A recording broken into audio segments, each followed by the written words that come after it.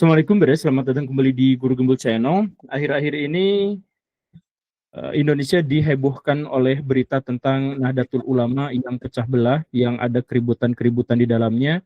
Bahkan ketua PBNU-nya sendiri digoyang oleh pihak-pihak yang sebenarnya secara struktural sangat dekat dengan beliau. Nah, ini mengherankan publik dan akhirnya banyak juga orang-orang yang tidak paham ini keributannya karena apa sih? Kok NU tuh gak selesai-selesai ributnya? Dari dulu masalah nasab, kemudian masalah rebutan jabatan, kemudian ada dana haji dan sebagainya, dan sekarang ada lagi keributan yang bahkan sampai diekspos sampai mancanegara, sampai ke luar negeri. Nah, di sini bersama saya ada seorang kawan yang luar biasa, Kiai Haji Ubaidillah Tamam. Kita sapa. Assalamualaikum Kiai. Baik, kabar baik ya? Waalaikumsalam warahmatullahi wabarakatuh. Baik, baik Mas. Ya, baik. Baik, kita langsung masuk ke pertanyaan.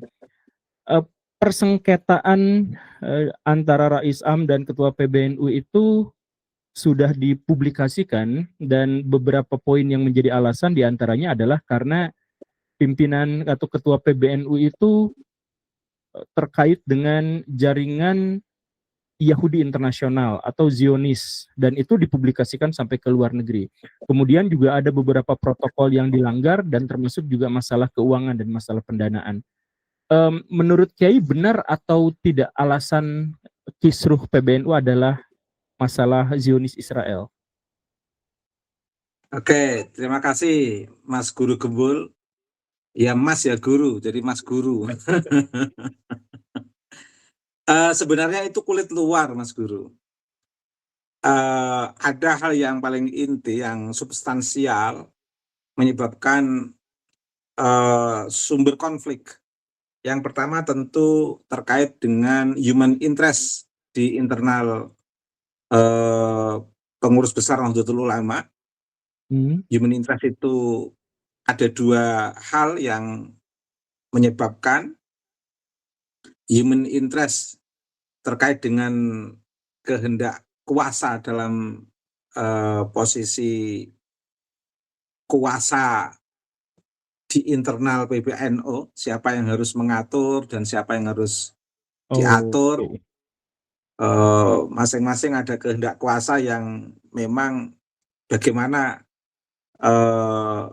di antara dua kehendak itu bisa menduduki posisi yang hegemonik di pengurus besar Nahdlatul Ulama, antara yang layak dan tidak layak, yang kapabel dan tidak kapabel, terkait dengan kekuasaan internal, sehingga nyaris tidak mempertimbangkan struktur dan tanggung jawabnya masing-masing, tapi siapa yang punya kewenangan secara hegemonik, sehingga bisa jadi sekretaris bagaimana bisa mengendalikan rakyat Suriah atau Tanfid, atau sebaliknya bagaimana Tanfid bisa punya kendali penuh terhadap struktur yang ada di intern PBNU, atau sebaliknya juga bagaimana rakyat Suriah yang notabene memiliki otoritas dalam tanda kutip moral di struktur organisasi itu juga ikut terlibat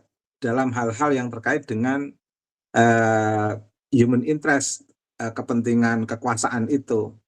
Jadi intinya bagaimana bisa saling menghegemoni di antara struktur-struktur yang ada. Ini yang pertama, Guru. Dan yang kedua terkait dengan tambang, Guru, jujur saja, yang nggak terekspos di luar. Oh iya, ini nggak terekspos di luar. Tambang, tambang. Iya. Jadi tambang, gimana? PBNU rebutan tambang gitu? Begini, sejak dapat perizinan untuk kewenangan mengelola tambang, dan itu sudah ditandatangani, itu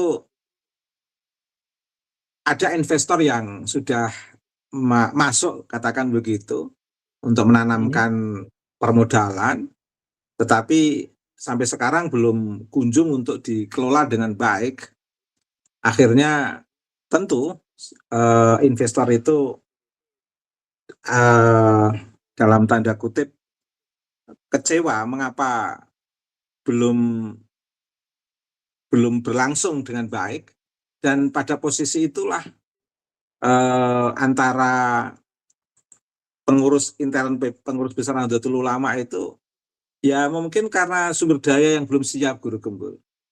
Sumber daya yang belum siap dalam konteks pengelolaan tambang itu di satu sisi, di sisi lain ada keinginan besar terkait dengan hasil tambang itu, sehingga menjadi runyam di situ antara harus dikelola oleh PBNO dan harus diserahkan oleh pihak ketiga, dan bagaimana sistem pembagian dari tambang itu, dan akhirnya terjadi perdebatan. Itu intinya, Guru Gembul. Saya rangkum untuk mempertegas dan memperjelas.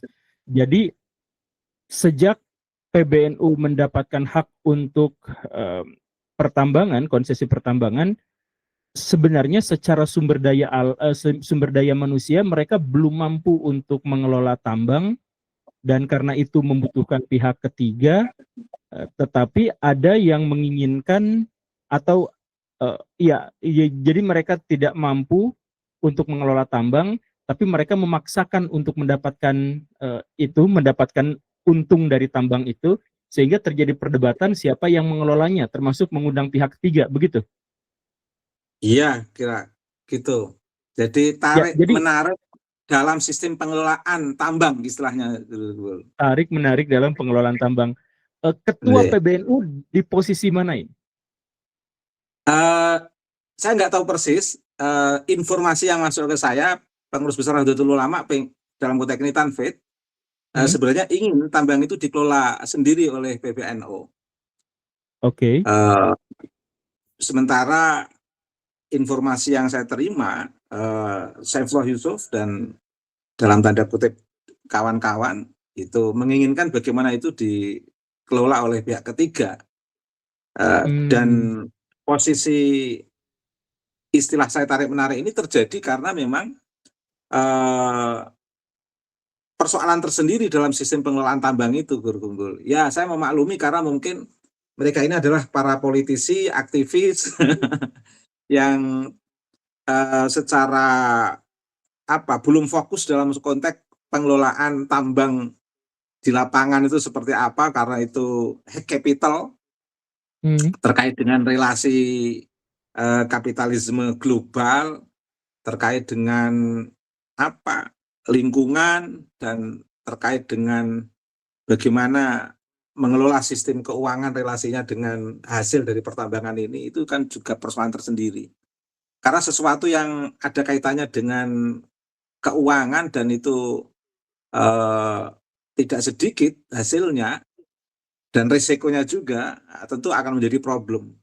Itulah mengapa para kiai-kiai di awal itu sudah pada mengingatkan tambang itu akan menjadi sumber konflik di organisasi NU, yang notabene ormas ngurusi sosial keagamaan itu sudah persoalan tersendiri, mengapa harus terlibat dalam kapitalisme global, sistem capital yang pertanggungjawabannya, relasinya baik terkait dengan lingkungan, terkait dengan kemanusiaan, luar biasa pertanggungjawaban itu.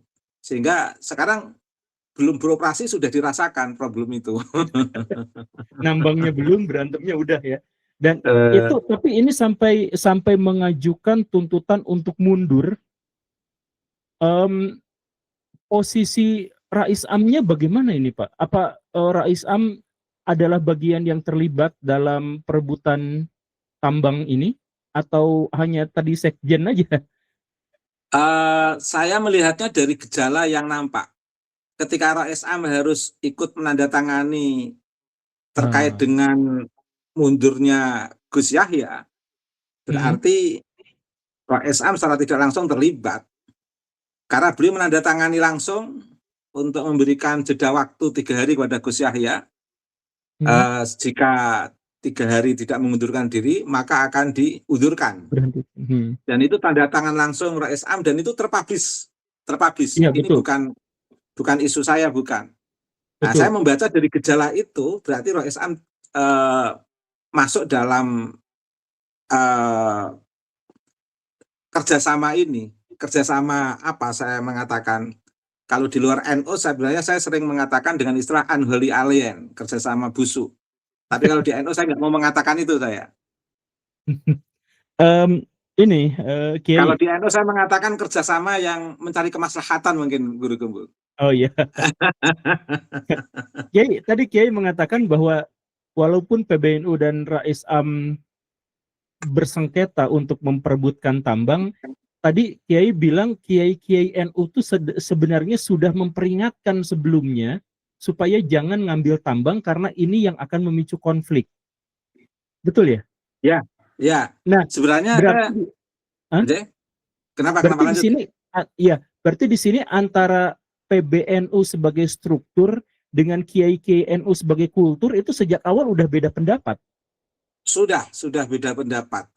Jadi Tapi secara kultural kan mereka nggak punya kewenangan apapun dalam konteks memutuskan kebijakan tambang ini, Guru Gembul. Ya, jadi Ya. Kiai. Bahkan saya membuat tabel terkait dengan pertambangan ini, Guru Gembul. Poin pertamanya itu kan saya sebut sebagai kategori isu. Di kolom kedua saya sebut dengan poin sensitif yang dihadapi PBNU. Kolom ketiga saya buat kritik internal dan eksternal. Nah, kolom pertama ini kan ada banyak masalah ini, ada 5 saya petakan itu, Guru Gembul. Okay. Yang terkait dengan tambang langsung itu. Yang pertama konflik ideologis, khitah NU. Poin sensitif yang dihadapi PBNU terkait dengan konflik ideologis ini apa? Yaitu penerimaan izin usaha pertambangan IUP bertentangan dengan khitah NU 1984 yang non politik dan fokus pada masyarakat. Di NU sendiri sudah jelas sebenarnya, Guru Gembul. Nah, kategori isu yang pertama ini ada kritik internal dan eksternal sebenarnya, Guru Gembul, yang bisa saya rangkum. Kritik merusak peran historis NU sebagai organisasi kemasyarakatan yang melindungi lingkungan dan membela korban pertambangan. Nah, menimbulkan pertanyaan apakah NU kini menjadi pelaku bisnis, gitu, yang justru menjadi sumber konflik itu, Guru Gembul.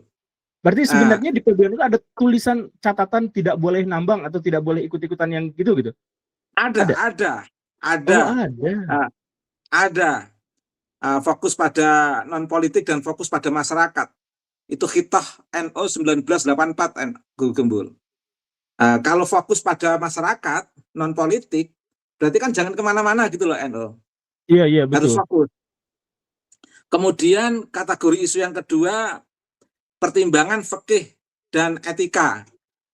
Ini sudah dibahas, poin sensitif ini yang dihadapi PBNU, yaitu risiko. Mengapa ini dilarang? Karena risiko kerusakan, mafsadat, lingkungan, dan sosial yang jauh lebih besar daripada manfaat, maslahat, ekonomi yang diklaim akan diperoleh. Artinya risiko kerusakan itu lebih tinggi daripada kemaslahatannya. Maka sebaiknya harus dihindari. Itu ada prinsip ajaran seperti ini, Guru Gembul. Maka muncul kritik di internal NU ketika secara struktural di elit PBNU menerima tambang itu. Kritik yang muncul apa? Kebijakan ini tidak sejalan dengan kaidah fikih yang mengedepankan penghindaran kerusakan, darul mafasid muqaddamun ala jalbil masoleh, dan mengabaikan dampak jangka panjang. Ini masyarakat Nahdien sudah sadar ini, makanya pada ngeritik secara kultural. Di internal juga pada ngeritik, tapi kalah dengan kebijakan elit pengurus PBNU itu, Guru Gembul. Yang ketiga, kategori isu yang ketiga, tata kelola dan transparansi. Poin sensitif ini dihadapi PBNU. Mengapa? Karena keputusan menerima tambang dinilai kurang transparan dan tidak melalui diskusi organisasional yang memadai. Misalnya di tingkat Suriah secara menyeluruh. Ini kebijakan orang-orang tertentu saja, Guru Gembul, sebenarnya. Bisa dicek kok, tanda tangan rapatnya itu bisa dicek mungkin. Jadi NU nerima tambang tuh hanya atasan atau elitnya aja ya? Iya, tidak menyeluruh. Ya, begitu. Dan kemudian sebentar dipotong sebentar sebelum ke poin nomor 5. Nah, tadi saya penasaran. Jadi yang menandatangani persetujuan NU nambang itu hanya segelintir orang yang menandatangan, dan segelintir orang itukah yang sekarang sedang berebut tambang? Ah, ternyata Mas Guru tajam analisisnya. Jadi intinya keputusan menerima tambang dinilai kurang transparan dan tidak melalui diskusi organisasional yang memadai Oke. di tingkat Suriah secara menyeluruh. Makanya muncul kritik di posisi ini, di posisi isu ini, Guru Gembul. Kritiknya apa? Berpotensi melanggar ADART jika keputusan strategis tidak mendapat restu otoritas tertinggi, menimbulkan kecurigaan, adanya maklar, dan potensi konflik kepentingan internal. Terjadi sekarang, Guru Gembul. Dulu yang digelisahkan itu sekarang ini terjadi. Artinya kalau dulu isu internal itu, sekarang menggambarkan isu itu sekarang ini. Iya. Oh, jadi ternyata dalam hal ini elit-elit PBNU tuh melangkahi kiai-kiai dan kepentingan-kepentingan kalangan Nahdliyin secara lebih luas lagi. Tapi kalau kalau isu yang dihembuskan atau yang dipublikasikan itu kan adalah keterlibatan PBNU dengan Israel. Nah, saya mau tanya dalam hal ini, NU terlibat dengan Israelnya tuh kenapa dan sejak kapan itu? Kenapa tiba-tiba ormas Islam terbesar memiliki cerita atau skandal hubungan dengan Zionis itu gimana ceritanya, Pak? Apakah itu alasan yang benar atau gimana? Dalam konteks diplomasi geopolitik internasional, sebenarnya NU itu sudah menjalin diskursus atau dialektika kemanusiaan, keadilan, dan persamaan untuk seluruh umat manusia dalam konteks geopolitik internasional, Guru Gembul. Dan itu memang melibatkan politik-politik dunia, pemimpin-pemimpin dunia. Dan dalam posisi itu kan belum terjadi pelanggaran-pelanggaran kemanusiaan yang signifikan yang dilakukan oleh salah satu Israel. Ya katakan Israel gitu saja, belum ada masalah. Nah, tetapi yang menjadi persoalan dan mulai muncul terkait dengan Zionis Israel ini kan ketika terjadi genosida Israel terhadap Palestina. Dan pada posisi itu Israel sangat identik dengan Barat dan ada persaingan ketat yaitu Blok Timur, dalam konteks ini Rusia. Nah, dalam posisi ini, posisi yang tidak menguntungkan ini pengurus besar Nahdlatul Ulama yang direpresentasikan oleh Ketua Tanfid kan masih tetap melakukan komunikasi aktif dan bahkan melibatkan tokoh Israel untuk memberikan pelatihan-pelatihan kepemimpinan di tubuh NU. Dan juga menghubungkan relasi antara tokoh Zionis ini dengan perguruan tinggi terkemuka di Indonesia. Dalam posisi inilah kemudian dikritik tidak hanya dari pihak NU, Ketua Tanfid ini, tapi juga dikritik oleh akademisi-akademisi yang lain yang notabene posisi Israel sedang melakukan genosida terhadap Palestina. Mengapa masih mesra komunikasi ini dan masih mengundang? Tapi ini sebenarnya kan persoalan yang sudah diklarifikasi meskipun menjadi alat untuk mengadili Tanfid. Alat untuk mengadili Tanfid sebagaimana yang muncul ini bukan isu. Alasan surat itu muncul kan karena Israel itu. Iya, itu hanya topeng aja ya, gimmicknya aja ya. Iya, itu hanya topeng. Hanya topeng. Tapi sebenarnya kalaupun itu juga salah satu di antara permasalahan, tapi sebenarnya itu bukan permasalahan yang bisa membuat konflik yang sampai sekarang ini, Guru Gembul. Nyatanya itu permasalahan sudah terjadi lama kan, Guru Gembul. Saat itu kan tidak sederas ini. Mengapa sekarang deras? Karena ada yang lebih berat dalam tanda kutip dalam konteks interest kepentingan itu. Berarti kesimpulannya begini, Saya sebenarnya agak terheran-heran ketika NU kepemimpinannya itu dilatih oleh Zionis Israel. Itu saya agak membingungkan dalam hal itu. Tapi pertanyaan yang berikutnya adalah, kalau Israel dan kemudian masalah pembiayaan dan protokol dan sebagainya itu hanya gimmick belaka, dan yang sebenarnya itu adalah masalah tambang, apakah bisa diambil sebuah kesimpulan seandainya tidak ada masalah tambang dan rebutan uang dan kekuasaan di sana, apakah NU tuh masih solid seperti dulu-dulu gitu? Jadi tambangkah yang memecah belah NU? Persoalan solid itu relatif, Guru Gembul. Yang jelas soliditas pengurus besar Nahdlatul Ulama itu akan dilihat dari posisi keberlangsungan organisasi. Tanpa harus menafikan konflik atau perbedaan-perbedaan antara pengurus dan warga NU. Karena di NU itu dari dulu mesti ada ikhtilaf, perbedaan-perbedaan itu muncul. Dan itu wajar, karena kompleksitas dan kemajmukan warga NU yang begitu beragam, complicated, sehingga mau tidak mau mengelola PBNU itu harus siap menerima kemajmukan atau merayakan kemajmukan. Tetapi setidaknya ada koridor yang bisa dipegang, setidaknya yang bisa mengendalikan organisasi, itu yang lebih penting menurut saya. Tetap karenanya menjadi persoalan ketika organisasi itu posisi pemegang kendalinya ini itu ada konflik. Sehingga perbedaan itu wajar, kita akan selalu muncul melihat, menyaksikan perbedaan-perbedaan di kalangan Kiai NU karena memang beragamnya keanekaragam di kalangan warga NU. Tetapi yang menjadi problem itu ketika ada antar pengurus PBNU seperti yang mengemuka seperti sekarang ini, itu menurut saya persoalan tersendiri itu. Apalagi notabene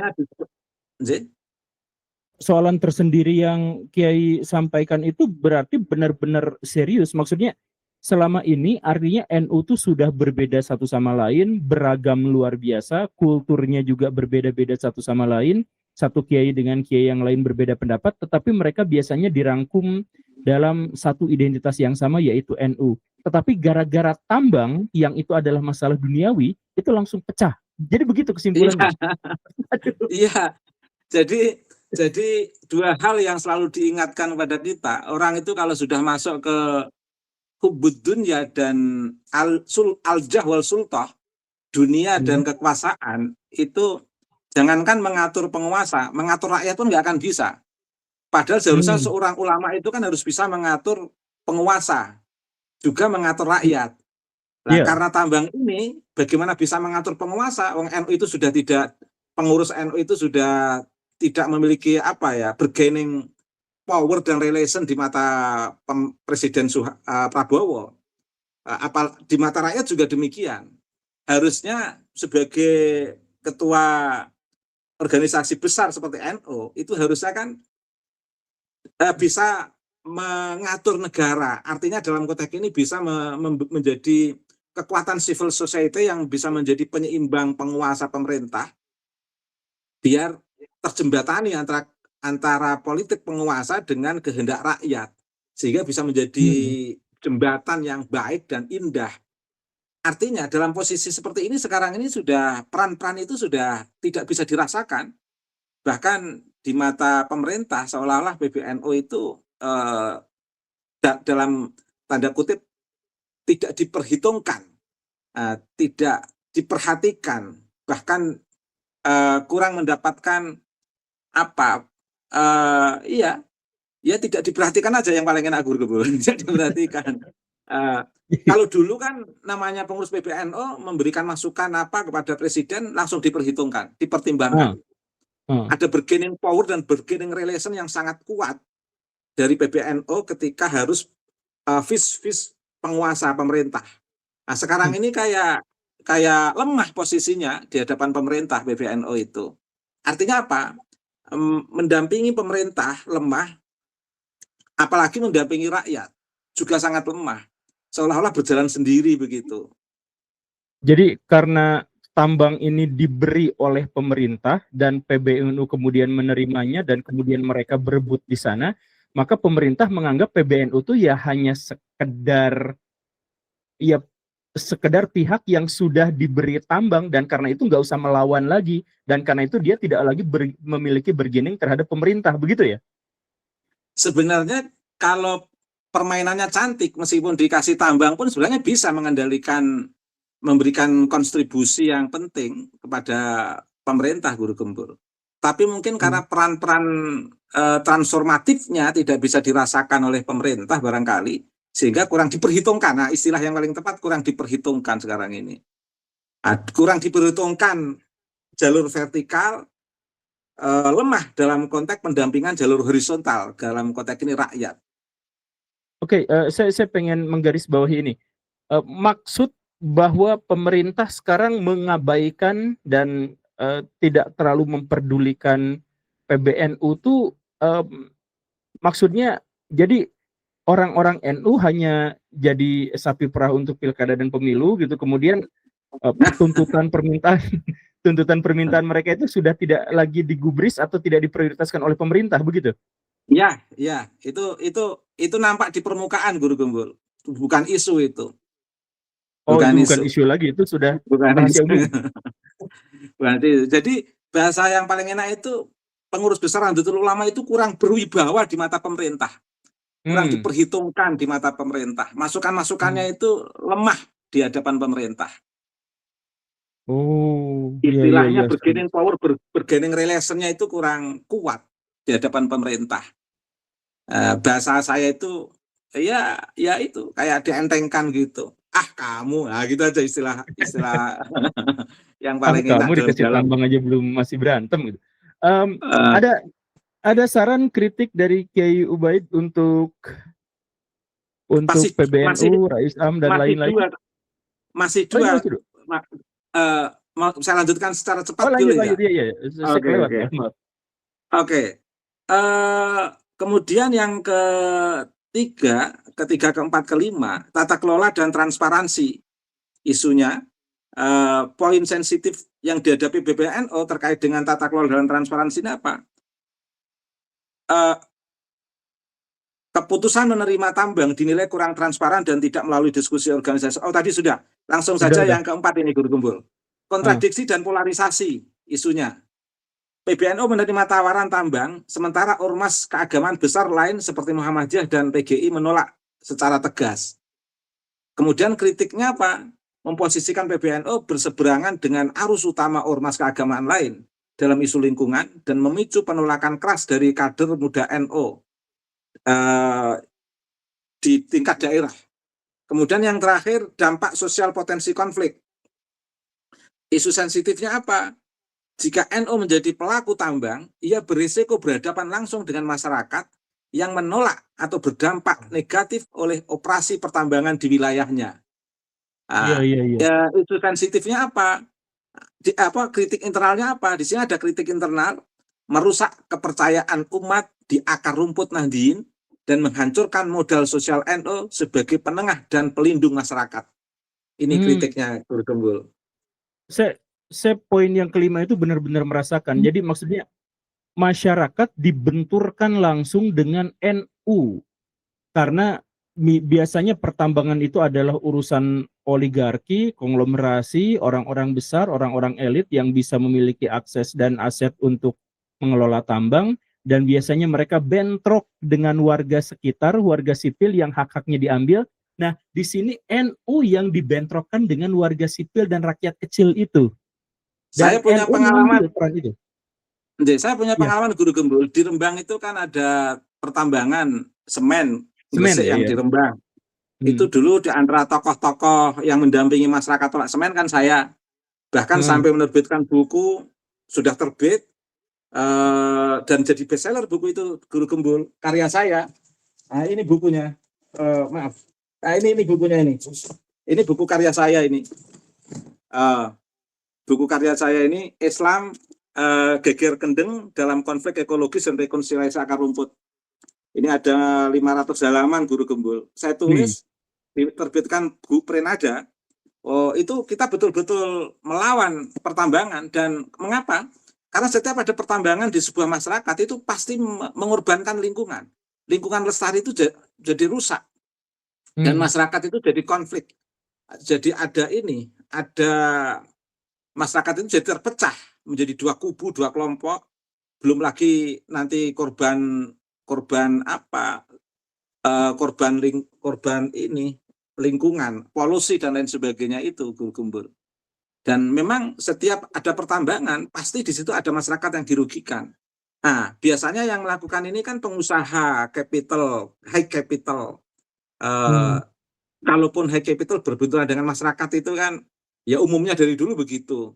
Tapi ini organisasi sosial keagamaan masa iya sih mau benturan dengan masyarakat? Kan seharusnya tidak kan begitu. Iya. Harusnya mendampingi masyarakat, bahkan bisa menjadi jembatan bagi masyarakat yang terkena dampak korban itu. Itu saya punya simpulan pendek, Guru Gembul. Tambang menyebabkan konflik karena dampak negatifnya yang signifikan, termasuk kerusakan lingkungan, pelanggaran hak-hak masyarakat lokal, seperti hak atas tanah dan sumber penghidupan, dan ketidakadilan dalam pembagian keuntungan. Konflik bisa terjadi antara masyarakat dengan perusahaan atau pemerintah seperti akibat polusi air dan udara, abrasi, serta hilangnya akses ke lahan pertanian dan sumber air bersih. Pertanyaannya, kalau fenomena ini real akan terjadi di tengah pertambangan, masa sih iya tega organisasi Ormas NU mau seperti ini gitu loh pertanyaannya, Guru Gembul. Kenapa NU jadi mau ini, dan bahkan yang kalangan muda NU dan kiai-kiainya juga sebenarnya nolak. Jadi ada apa dengan PBNU ini? Kenapa PBNU berseberangan dengan rakyat kecil, berseberangan dengan kader-kader mudanya, berseberangan dengan kiai-kiainya, dan rela tidak lagi diperhitungkan oleh pemerintah? Masa kok mau ngambil tindakan seperti ini? Ini sejak kapan PBNU ya? Jadi kita pisah antara NU dengan PBNU ya, yang struktural ini. Sejak kapan ini PBNU tuh jadi kubu dunia seperti ini? Sejak Rois Amnya Kiai Miftahul Akhyar dan Ketua Tanfidnya Gus Yahya. Wah, tegas ya nyebutnya ya. Ya. Sejak Kiai Miftahul Akhyar. Karena kebijakan menerima tambang secara organisatoris itu baru sekarang ini. Sebelumnya belum ada, Guru Gembul. Iya, biasanya NU ada di garda terdepan untuk membela rakyat gitu kan? Membela lingkungan. Membela lingkungan. Jadi dulu ketika masyarakat punya problem lingkungan, ketika di tingkat daerah grassroots itu tidak diperhitungkan, tidak diabaikan oleh pemerintah, itu bisa lapor ke PBNU dan PBNU bisa nelpon pemerintah, menteri lingkungan atau presiden. Gimana Pak terjadi begitu? Nah sekarang kalau ada problem lingkungan tambang, masa akan melakukan seperti itu? Mau menjadi pelaku sendiri misalnya. Nah ini Pak Miftahul Akhyar, ini ada kader, ada NU kultur ini yang mempertanyakan kenapa kebijakannya kok jadi menyimpang seperti ini, kenapa NU tiba-tiba menjadi seperti ini. Kalau Pak Kiai punya ini nggak, punya pandangan tersendiri nggak? Kenapa? Ya kalau PBNU dan Rais Amnya begitu dan berbeda pendapat, bertolak belakang dengan kader-kader muda NU dan kiai-kiai NU, kok bisa kepilih?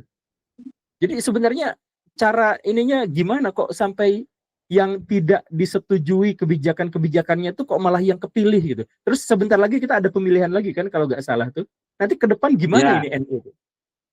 Semoga aja bisa mengambil pelajaran dari fenomena ini, Guru Gembul. Kalau pertanyaannya kenapa kepilih, pemilihan di PBNU beda sekarang dengan dulu tuh beda, Guru Gembul. Kalau pemilihan dulu yang dipilih yang tidak mencalonkan diri. Oh gitu. Dulu ya. Sunah ya, sunah. Jadi yang nggak nyalon yang dipilih ya. Yang dipilih. Jadi pilihlah pemimpin yang tidak mencalonkan diri. Kalau dulu kan begitu. Ya, sekarang yang kalau dipilih innalillahi gitu. Innalillahi gitu. Kalau sekarang ini ya memang harus mencalonkan diri. alasannya zamannya sudah berbeda. Jadi mencalonkan diri dan melakukan lobby-lobby sehingga tidak pure pilihan masyarakat sebenarnya. Dan terkait dengan tambang itu betul-betul keputusan elit PBNU, Guru Gembul, bukan keputusan struktural secara menyeluruh yang ada di PBNU dan melakukan polling, minta pertimbangan dengan wilayah daerah, tidak. Itu keputusan Nggak ada elit polling, nggak PBNU. ada survei, nggak ada apa-apa. Tidak Hanya ada. langsung Itu sepihak saja. ya sepihak elit PBNU, saya katakan begitu.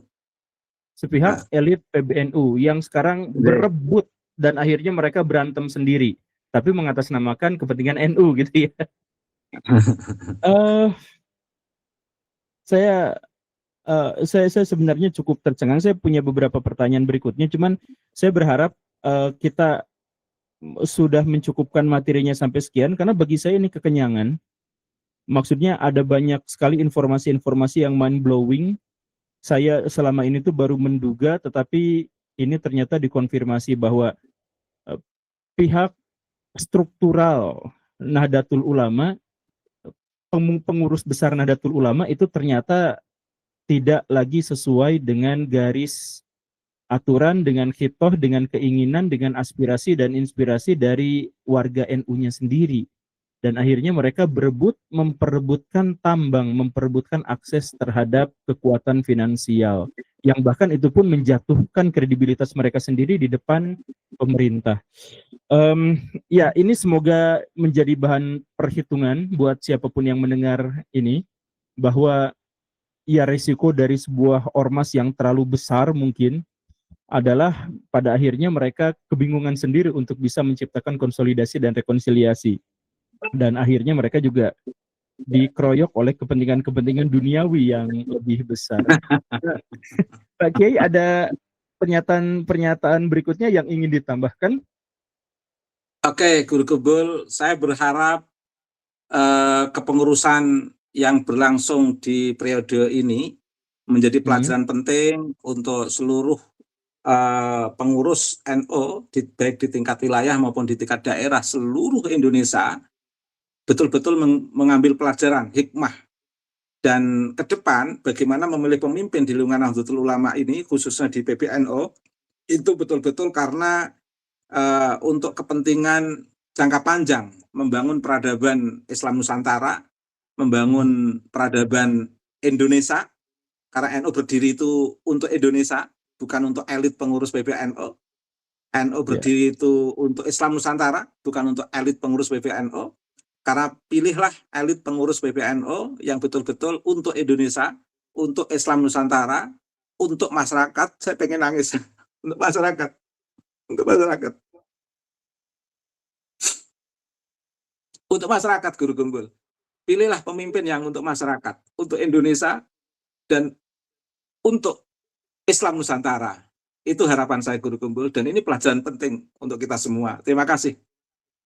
Ya, saya mencoba memahami dalamnya emosi dari Kiai Ubaid, bahwa beliau tentu saja adalah orang NU, kemudian dibesarkan sebagai orang NU, dari keluarga NU juga, dan tentu saja cukup memiliki posisi yang dihormati di sana. Tapi sekarang NU-nya diacak-acak demi kepentingan-kepentingan segelintir kecil orang untuk mendapatkan akses terhadap kekayaan atau terhadap kekuasaan. Jadi kita berharap pada warga PBNU yang berebut itu, please kembalilah membela rakyat, please kembalilah kepada khitoh, mohon supaya kembali lagi kepada warga masyarakat Nahdliyin yang tentu saja sekarang butuh bimbingan, butuh nasihat, butuh kepemimpinan dari orang-orang yang bisa mengayomi mereka, dari orang-orang yang mencintai agama mereka dan menjadikan agama itu sebagai landasan berpikir dan landasan moral mereka. Jangan sampai ormas terbesar di Indonesia ini justru diperalat, digunakan, dieksploitasi demi kepentingan segelintir orang saja dan mengorbankan pihak yang jauh lebih besar. Kita berharap ada perbaikan dan pembaruan dalam tubuh NU, dan kita berharap NU segera menyelesaikan semua masalahnya dan tidak usah mempublikasikan persengketaan di antara mereka itu keluar, karena sejujurnya ini memalukan. ini bukan hanya di Indonesia, ini sampai ke luar negeri, sampai dilihat oleh media-media mainstream di seluruh dunia. Jangan jadikan ini sebagai cara untuk menghancurkan NU, tapi semoga kita ada perbaikan ke depannya. Oke, Baraya, itu saja. Semoga apa yang kita diskusikan di sini didengar oleh pihak-pihak yang bersengketa tadi itu. Terima kasih karena sudah menyimak. Pak Ubaidillah dan saya pamit undur diri. Assalamualaikum warahmatullahi wabarakatuh. Assalamualaikum warahmatullahi wabarakatuh.